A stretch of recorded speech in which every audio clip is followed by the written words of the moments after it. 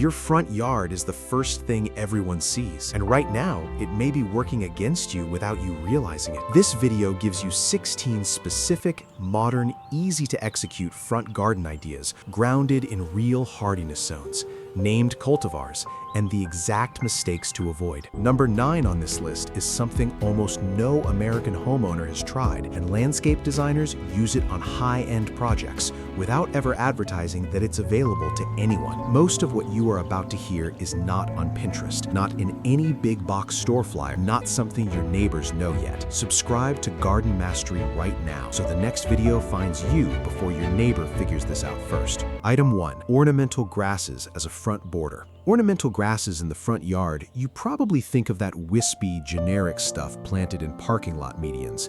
That image needs to go. The grasses we're talking about here are architectural. They are design elements that move in the wind, catch light at every hour, and hold structural form through winter when everything else retreats to brown sticks. Picture a clump of Carl Förster feather reed grass, Calamagrostis acutiflora, Carl Förster, standing 4 feet tall by midsummer. The stems are vertical, almost soldier-like in a deep wheat gold. The narrow feathery plumes catch afternoon sun and seem to glow from within. Nothing else you can plant in a small front bed does that at that scale without needing pruning, staking, or intervention. Here is what most homeowners do not know. Carl Förster blooms in early summer, which is genuinely unusual for ornamental grasses. Most bloom in fall. That gives your front garden visual interest for a full extra season before everything else has even started. The mistake most homeowners make is planting it too close to the foundation where it looks cramped and out of scale. Give it 3 feet of breathing room on each side. Plant in groups of 3. Odd numbers always resolve more naturally to the eye than pairs. Hardy in zones 4 through 9, Carl Förster is one of the most reliable plants in American residential gardening. If you are in the Pacific Northwest, the Upper Midwest, or anywhere in between, it belongs in your front yard. Wildlife payoff is real and specific. American goldfinches strip the seed heads from November through January. On a cold January morning, watching a cluster of goldfinches work those plumes from your front window, that is the kind of moment that changes how you think about what a garden is supposed to do. Item 2. Gravel and stone ground cover as a lawn replacement. You've heard of gravel gardens. You probably picture something bleak, hot, corporate, and practical. Forget that version. A modern gravel front garden, executed with intention, is one of the most sophisticated looks available in residential landscaping today, and it is dramatically lower maintenance than lawn. Use decomposed granite in a warm buff or sandy gray tone. Lay it 3 inches deep over professional-grade weed barrier fabric. Then place 3 or 4 large, rounded river boulders, 18 to 24 inches across, in an asymmetrical cluster near the walkway. The contrast of rough stone against raked gravel, anchored by a single architectural plant, is striking from the street. Think agave blue glow in zones 8 and 9, or Baptisia australis, wild blue indigo for zones 3 through 9. Either choice reads as intentional and modern in a way that grass never does in a small front space. Here is the counterintuitive fact. Decomposed granite stays cooler underfoot than concrete in summer heat. Most homeowners assume gravel will bake their yard. It will not, especially if you maintain slight moisture in the first establishment season. The single most common mistake is skimping on depth. Less than 2 inches and weeds push right through the barrier within 1 growing season. 3 inches is your minimum, no exceptions. The ecological payoff is real even without visible plants. Ground nesting native bees, including multiple species of Andrena mining bees, burrow into bare and sparsely vegetated surfaces. A gravel garden gives them habitat right at the front of your property. You won't see it happening, but under your beautiful modern front yard, something essential to the food web is taking place all spring long. If you are already seeing 2 or 3 ideas that could work for your specific yard and you have not subscribed yet, do it right now. Hit the subscribe button on Garden Mastery so the next video finds you before your planting season closes. This level of specific, zone-grounded information is exactly what we put out every week. It is too useful to miss. Item 3. Creeping thyme as a lawn alternative strip. If you have a narrow strip of ground between the sidewalk and the street, or alongside a front walkway, and you are mowing it every single week and getting absolutely nothing back from it, there's a better answer. Creeping thyme, Thymus serpillum specifically, with the cultivar Magic Carpet as your first choice. This plant forms a dense 2-inch mat of tiny dark green leaves. In late spring, it explodes into a solid carpet of vivid magenta pink flowers. The color is saturated, not washed out, and it runs from one end of the strip to the other like a ribbon of color at street level. Imagine that carpet of deep rose pink running the full 30 feet of your front walk. Your neighbors will stop their cars. People who have never spoken to you will ask what it is. Here is what surprises most gardeners. Creeping thyme tolerates moderate foot traffic. You can walk on it, and it releases a clean, herbal scent when brushed. Plant it between stepping stones, and it works even harder. The most common mistake is overwatering. Creeping thyme is a Mediterranean plant. It wants dry, well-drained soil and full sun. Consistent moisture is how you lose it in the first season. In clay soil, amend heavily before planting or raise the bed slightly. Hardy in zones 4 through 9, creeping thyme requires almost no maintenance once established. No mowing, no fertilizing, rare watering after year 1. The pollinator payoff is extraordinary and audible. A mat of blooming creeping thyme in May will be humming. Genuinely humming with honeybees, bumblebees, and native bees every morning. The sound is part of the experience, and it starts the moment you step outside. Item 4. Dwarf mugo pine as a modern anchor shrub. When gardeners think about foundation shrubs, they reach for boxwood or juniper, and then spend the next 5 years fighting disease, deer pressure, or chronic bad form. There is a better anchor shrub for the modern front garden. Experienced landscape designers have been quietly using it for 30 years without the plant ever getting the attention it deserves. Dwarf mugo pine. Specifically, Pinus mugo/mops. Mops stays under 2 feet tall after a full decade of growth. It is naturally perfectly globular. No pruning required to maintain that form. The needles are a deep, rich blue-green, so consistent in color and density that the texture reads as deliberate from across the street. In a modern front garden bed with pea gravel mulch and clean steel edging, a grouping of 3 mops pines looks like something from a Japanese design publication. The scale against a low bed is exactly right. The texture is dense and almost sculptural. Everything about this plant communicates permanent, deliberate, and considered. Here's what surprises most gardeners. Mugo pines are among the most deer-resistant conifers available in the American nursery trade. Deer avoid the resinous needles. If you garden in zones 4, 5, or 6,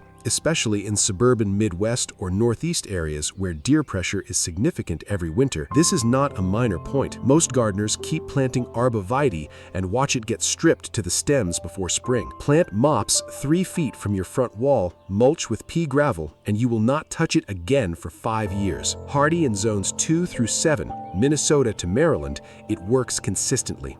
No serious pest pressure, no pruning, no disease history. Here is a real question. Answer honestly in the comments. Before today, did you know creeping thyme could handle light foot traffic?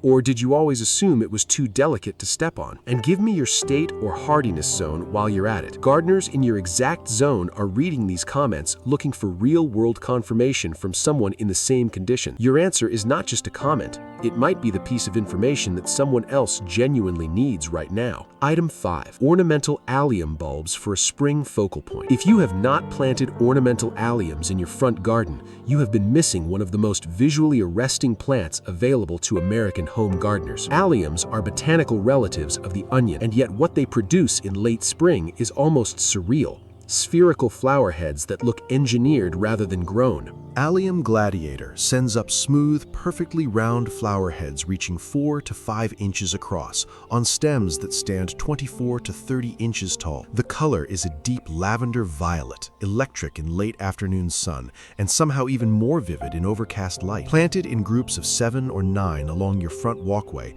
they look like something a landscape architect specified for a project that cost 10 times your budget. The spheres catch a breeze and bob with a kind of slow, theatrical movement. The scale against a low front border is precisely right. Here is the fact that surprises nearly every gardener hearing it for the first time. Allium foliage dies back before the flowers even open. You will see no leaves at bloom time. This is not a problem. it is a feature. Plant them behind low sedums or the front edge of an ornamental grass mass, and the bare stems become elegant rather than awkward. The single most common mistake is planting too few. Isolation planting, 3 or 4 scattered bulbs, always looks incomplete. A minimum of 7 bulbs in a close cluster is where the visual impact begins. Plant bulbs in fall for a May display. Hardy in zones 3 through 9. The pollinator payoff is extraordinary. A single Allium flower head in peak bloom can host 5 or 6 bees simultaneously. Your front garden becomes one of the most productive feeding stations in your neighborhood at the exact moment early season pollinators need fuel most. HJI Item 6, a narrow pollinator border along the driveway edge. This is an idea almost no homeowner applies to their front garden, and it may be the single most impactful transformation on this entire list per square foot of ground. If you have a driveway, you have an edge running from the street to your garage. That edge is almost certainly growing weeds,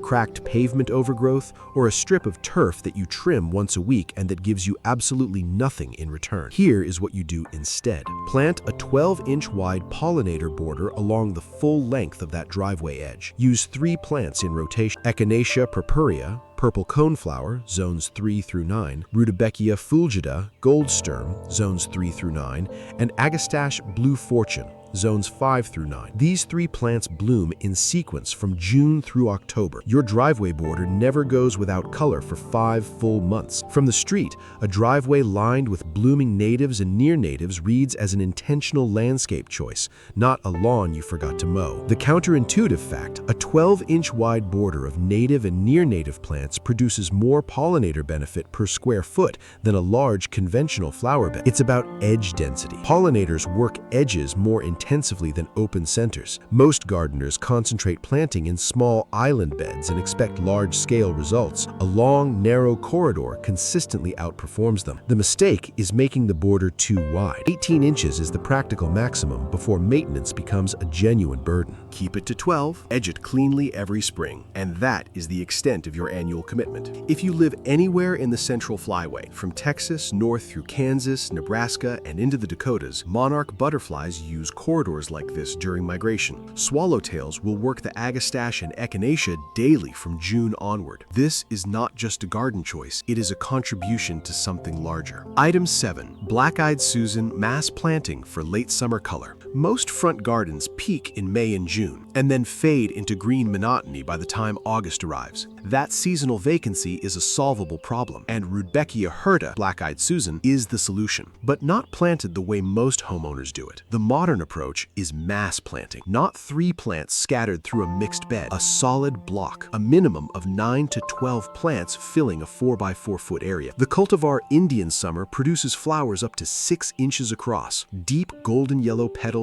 surround a dark chocolate brown center that is almost black in direct light. The contrast is rich and saturated. Massed at that scale, a planting of Indian Summer in August looks like a focal point someone paid a landscape professional to install. From the street, the block reads as a deliberate design choice, not a filler plant. Here is the fact most gardeners never learn. Black-eyed Susans are biennial or short-lived perennials, but they self-seed so readily that an established mass renews itself year after year without intervention from you. Once the planting is established, you will not need to replace a single plant. Most gardeners don't know this and set a replacement schedule they don't need. The single most damaging mistake is deadheading every spent flower in fall. Leave the seed heads. The plant reseeds from them through winter. Finches strip those seeds from October through February. You lose nothing by leaving them and gain a self-sustaining planting and a winter feeding station. Hardy in zones 3 through 9. This is one of the most climate-versatile plants in American horticulture. The emotional payoff of a Black-eyed Susan mass at peak bloom in late August, when almost nothing else is performing, is something you will plan your entire front garden around after the first time you experience it. You just learned that a 12-inch driveway border can function as a monarch migration corridor, and that leaving your Black-eyed Susan standing all winter creates a self-renewing planting while feeding birds from October through February. That is specific, practical knowledge that most gardeners never encounter. If that is the kind of information you want to find in your feed every week, subscribe to Garden Mastery right now so you don't go back to making these mistakes next season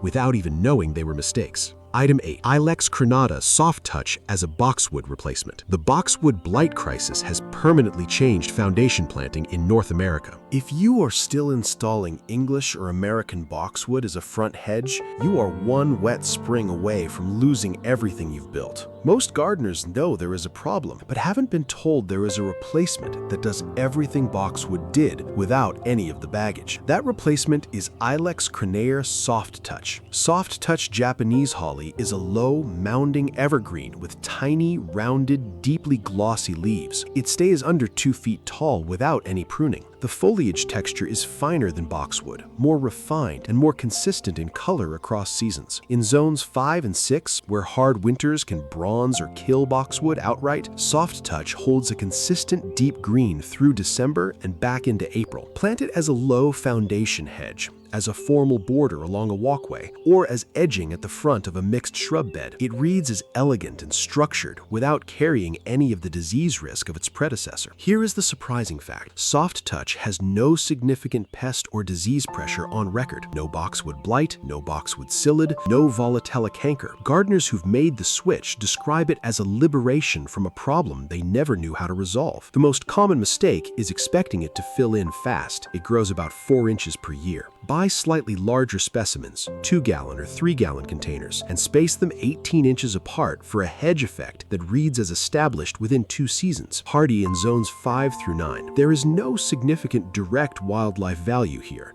but the ecological benefit is in what you are not doing, not applying fungicide on a weekly schedule, not replacing dead hedges every 3 years, not contributing to the chemical cycle that degrades soil organisms beneath your foundation plants. That restraint matters more than most gardeners acknowledge. Item 9. A single statement Japanese maple in a gravel surround. This is the idea I told you in the opening would change the way you think about small front gardens. One tree, one specific placement, and it transforms a mediocre front yard into something that genuinely stops traffic from the street. A Japanese maple, Acer palmatum, placed alone in a gravel circle of 4 feet in diameter. Edge that circle with a simple Corten or powder-coated steel ring. Then walk to the street and look back at your house. The tree reads as a sculpture. Everything around it becomes context. The counterintuitive fact: Japanese maples perform better with gravel mulch than with wood mulch. Gravel regulates soil temperature at the root zone more effectively, moderating summer heat and preventing the frost heave cycles that stress surface roots. Most gardeners mulch with wood chips by default and then can't explain why their Japanese maple struggles through July. Pull back all mulch 2 inches from the trunk and replace it with pea gravel, hardy in zones 5 through 8 for bloodgood. If you want extraordinary winter color, the cultivars Sango Kaku coral bark maple gives you vivid salmon orange branches from December through March. It handles zones 5 through 8 and looks best in winter when everything else has gone gray. Hummingbirds visit Japanese maple flowers in very early spring before almost any other nectar source is available. If you have never had a hummingbird in your front yard, this tree may be what changes that. When a hummingbird hovers 2 feet from your face while you're sitting on your own front steps, that is the moment this entire list pays off. Item 10. Switchgrass for modern native texture. Panicum virgatum switchgrass is native to the American prairie, and it is one of the most underused plants in residential front garden design. Most homeowners associate it with meadows and naturalized areas, not with curated modern beds. That assumption is costing them one of the most architecturally distinctive textures available. A plant with national range, genuine ecological function, and almost no care requirements. The cultivar Shenandoah is the one to start with. It turns a deep, saturated wine red by late August, not a muted russet, but a genuine red that reads dramatically against late summer green. The fine-textured seed heads that develop through September are silvery and almost translucent. A clump of Shenandoah in late summer looks like something is lit from within at street level. Plant it in groups of 3 at the rear or center of a mixed front border. The mature height of 3 to 4 feet, a vertical axis without the weight of a shrub, and upright, which is exactly what modern residential design calls for. This is most gardeners. Tolerates both clay soil once established. 9. Oklahoma and coastal Connecticut, it performs without complaint. Jake is cutting it back in fall through January. Seed heads consistently. Beauty in frost, in snow, winter light that flattens everything else. 6 inches in late February before new growth begins. Sparrows, juncos, and goldfinches strip switchgrass seed heads in fall and winter. Web operating 15 feet from your front door. Minor footnote to plant it. Answer honestly. Video. Did you know gravel mulch outperformed wood mulch for Japanese maple root health? Almost everyone when they hear it. And your single biggest front garden frustration in the comments right now. Same zone are watching this video and reading what you write. Big experience. Your climate, your soil, your struggles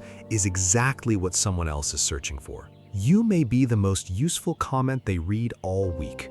Item 11. Low-growing sedum for dry or sloped surfaces. If you have a sloped front yard, even a gentle grade, and you are fighting erosion, bare patches, and the genuine misery of mowing an incline, spreading sedum is your answer. Not the grocery store pot of houseplant sedum, the landscape-grade, ground-covering sedums that experienced gardeners reach for before anything else when a slope needs stabilizing without losing visual interest. Sedum Angelina is a vivid chartreuse gold in summer and turns a brilliant tangerine orange in fall, a color shift that happens on its own, triggered by cooling temperatures. Sedum Spurium Dragon's Blood is a deep burgundy red with tiny starry flowers in summer that bees work heavily. Combine these two varieties in a sloped front bed with pea gravel mulch, and you have a 4-season ground cover that requires no irrigation after establishment, no fertilizer, and no division. The combination of gold and red is bold and genuinely modern, not cottage garden fussy.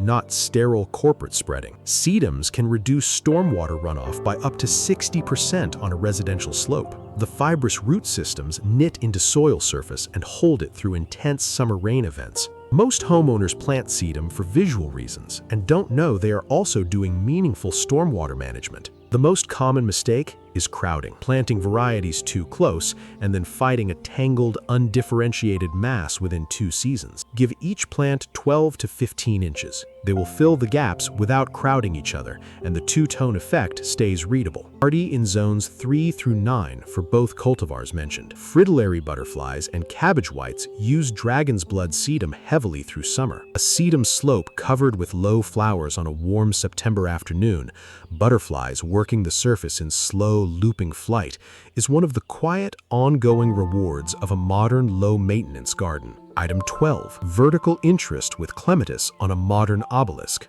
Small front gardens fail for one reason more than any other. Everything in the bed is at the same height. The eye has nowhere to travel. A modern powder-coated steel or cedar obelisk placed at the corner or center rear of a front bed with a well-selected clematis trained up it solves this in a single season. The footprint is under 2 square feet. The visual return is out of all proportion to the investment. Clematis Princess Diana is the cultivar most gardeners have never seen, and once they do, they plant it immediately. The flowers are tulip-shaped and a vivid, saturated hot pink, not a washed-out pastel, a true saturated pink that stops people mid-step when they see it up close. Trained up a 5-foot matte black obelisk at the corner of a front bed, it creates a vertical focal point that reads beautifully from the street and rewards walks up close with a flower that looks almost artificially perfect. It is hardy in zones 4 through 9 and repeats bloom from late spring through early fall. Here is the fact that most gardeners never learn. Clematis blooms on different wood depending on the pruning group, and pruning on the wrong schedule eliminates all blooms for an entire season. Princess Diana is pruning group 3. Cut it hard to 12 inches every late winter, and it pushes vigorous new flowering growth from the base every summer. Most clematis failures are pruning failures. The most common mistake is not pruning at all, which results in a tangled, sparse vine with blooms only at the top where no one can appreciate them. Check the label at purchase. It will tell you the group. That information is the difference between a display and a disappointment. Bumblebees are the primary pollinators of large-flowered clematis. A Princess Diana obelisk in full bloom will have bumblebees working it from dawn to dusk. The low, resonant hum of that activity 2 feet from your front path on a July morning is something you will sit down to listen to. Item 13. Corten steel edging for a clean, modern line. Edging is the detail that separates a good front garden from a great one. Most homeowners use black plastic edging from a big box store, and within 2 seasons, it has buckled, faded, and begun working its way out of the soil. It looks temporary because it is. If you want the clean, permanent line that landscape architects specify on every project that photographs well, Corten steel edging is what you need to know about. Corten is a weathering steel that forms a stable, deep rust-orange patina over 18 to 24 months of outdoor exposure. Critically, it does not continue to corrode through. The patina self-seals the surface. A 3-inch tall Corten border installed along your front garden bed creates a line between lawn and planting that never needs painting, never buckles in freeze-thaw cycles, and actually improves in appearance as it weathers. The color, that deep, warm rust against green foliage or gray gravel, is one of the most satisfying material combinations in modern residential design. It ages in the direction of beauty. Here is the counterintuitive fact. Corten steel edging is available in DIY roll form for as little as $2.50 per linear foot from online suppliers, comparable or less expensive than premium plastic alternatives over a 10-year lifespan. Most homeowners assume it is a contractor-only material. It is not. The installation mistake is trying to pre-cut curves without scoring the bend line first. Use tin snips, mark your curve with chalk, score the cut, and work slowly. On straight runs, the installation is nearly foolproof for anyone with basic tools. There is no direct wildlife value to edging, but the design effect is real and measurable. Everything inside a Corten border looks more intentional. Every plant you've selected reads as a deliberate, considered choice. Coherence is a form of stewardship in itself. It communicates to your neighborhood that someone is paying attention. Item 14. Petite Knockout Rose for repeat color without the work. You have seen knockout roses in every subdivision entrance median in the country. You think you know what they are. You don't. Not entirely. The original knockout cultivar is a reliable plant, but the Petite Knockout, released in the last decade, is a genuinely different plant. It is the one that transforms the rose from a landscape default into a deliberate modern design choice. Petite Knockout stays under 2 feet tall in its natural habit, compact, perfectly rounded, and covered in small, perfectly formed cherry red blooms from late spring through the first hard frost. The repeat bloom is relentless, more continuous than almost any other rose available to American homeowners. The plant does not stop. In a modern front garden, mass-planted in groups of 5 or 7, Petite Knockout provides a month-by-month color anchor that needs minimal intervention from you. It handles zones 4 through 9 with minimal complaint and tolerates moderate drought once established in its second season. Here's the surprising fact. Petite Knockout carries significant black spot resistance bred into its genetics. Genetic resistance, not chemical dependence. Most gardeners who have given up on roses entirely because of fungal disease problems have never encountered this cultivar. It exists, it is widely available, and it changes the calculation on roses in a front garden. The most common mistake is pruning it into a ball shape on a rigid schedule. Don't. Let it find its natural habit. Remove dead wood in early spring and thin any crossing branches. A hands-off approach produces a more natural, graceful form than forced geometry. Hardy in zones 4 through 9. Butterflies, particularly sulfurs and painted ladies, work the blooms consistently through summer and fall. A patch of Petite Knockout at full bloom in September is providing a significant late-season nectar resource at exactly the time pollinator populations are at their annual peak. The color pulls them in from a distance. You will see it happening from your front window on any warm fall afternoon. Item 15. Ornamental Kale for winter color when everything else quits. Most front gardens are visually empty from November through March. That seasonal vacancy makes the whole property look neglected. There is a solution almost no homeowner thinks to use: ornamental kale, also called flowering kale, Brassica olearacea. Planted in early fall, it fills the cold season gap with some of the most saturated, richest color available to any garden at any time of year. Red boar kale is a deeply riffled, near-purple variety that holds its color through repeated hard frosts. The texture is extraordinary. Hundreds of tightly curled, lacerated leaves in a rosette that can reach 18 inches across at maturity. It looks more designed than most plants you'll encounter in a nursery. Red is a bicolor variety with cream and deep magenta that photographs dramatically and reads from the street as a composed, intentional winter display. Mass plant 5 to 7 of them in your front bed with winter pansies at their base, and you have a cold season composition that communicates to every person who drives past that someone here is paying attention to their garden in December. Here is the fact most gardeners never discover. Ornamental kale gets more colorful after frost. Cold temperatures trigger the production of anthocyanins, the pigments responsible for purple and red hues in the leaves. A warm fall means duller, greener color. A hard frost means dramatically more vivid color. Most first-time growers plant ornamental kale and wonder why it looks green for the first several weeks. The answer is, wait for the cold. Hardy through zone 7 without protection. In zones 5 and 6, it holds vivid color well into December and sometimes beyond. Brassica species use ornamental kale as a larval host plant. By planting ornamental kale, you are hosting the next generation of one of the most common and recognizable butterflies in North America. That is a contribution to your local butterfly population that costs you nothing extra. Item 16. A front door container vignette using the 3-pot rule. The final idea on this list requires no digging, no bed preparation, no soil amendment, and no zone research. Just 3 containers on or flanking your front stoop, arranged according to one specific design rule, and this single change may produce more immediate visual impact than anything else on this list. The 3-pot rule works like this: 1 tall pot, 1 medium pot, 1 low wide pot. Arrange them in a loose triangle, overlapping slightly with the tall pot at the back. The tall pot gets a vertical element, a dwarf ornamental grass, a cordyline red star in zone 7 and above, or a small upright conifer.